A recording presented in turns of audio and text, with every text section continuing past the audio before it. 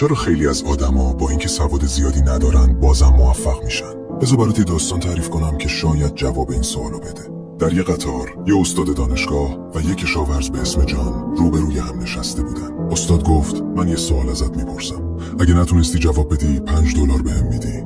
بعد تو یه سوال از من بپرس، اگه نتونستم جواب بدم $500 بهت میدم. جان بدون تردید قبول کرد. استاد پرسید فاصله ماه تا زمین چقدره؟ جان یکم فکر کرد ولی جوابی به ذهنش نرسید. واسه همین $5 به استاد داد. بعد نوبت جان شد. پرسید چه حیوانی وقتی میره بالای کوه 3 تا پا داره ولی وقتی میاد پایین 4 تا؟ استاد هرچی فکر کرد نتونست جوابی پیدا کنه. پس مجبور شد $500 به جان بده. جان پولو گرفت و چشمشو بست که یه چرت بزنه. استاد که هنوز کنجکاو بود پرسید خب اون حیوان که با 3 پا میره بالا و با 4 تا میاد پایین چیه؟ جان $5 بهش داد و دوباره خوابید. استاد خشکش زده بود. فرقش تو این بود که هر کدوم چطور به مسئله نگاه کردن. چند سال بعد کار جان حسابی گرفته بود.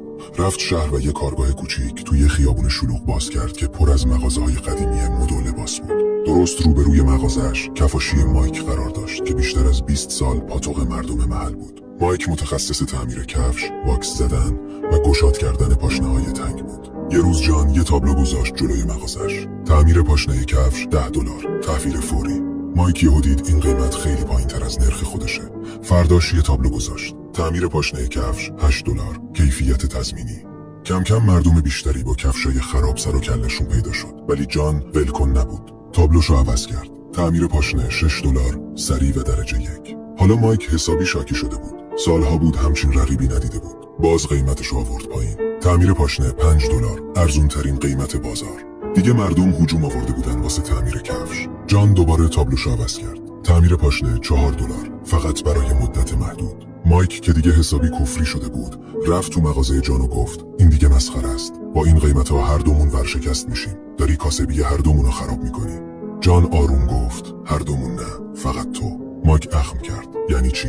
جان گفت من اصلا ابزار تعمیر پاشنه ندارم. من کفش چرمی دستساز میفروشم. این تابلو فقط برای اینه که مردم بیان داخل. وقتی میان و میخوان پاشنه تعمیر کنن میگم فعلا تعمیر قبول نمیکنم و میفرستمشون پیش تو. ولی تا وقتی این جان کفشای چرمی سفارشیمو بهشون نشون میدم. مایک همونجا ماتش برد. بدون اینکه بفهمه وارد بازی جان شده بود. ماجرا همینه. موفقیت همیشه به این نیست که بیشتر بدونی، به اینه که بهتر ببینی. مدرک خالی به درد نمیخوره. مهم اینه که آدما رو بفهمی، انگیزه هاشون رو بشناسی و قانونی بسازی که بقیه مجبور بشن طبق اون بازی کنن. اگه رشد رو دنبال نمی‌کنی احتمالاً دیگه ما رو نمیبینی، ولی اگه این کار رو انجام میدی تبریک میگم. تو هر روز در حال رشدی.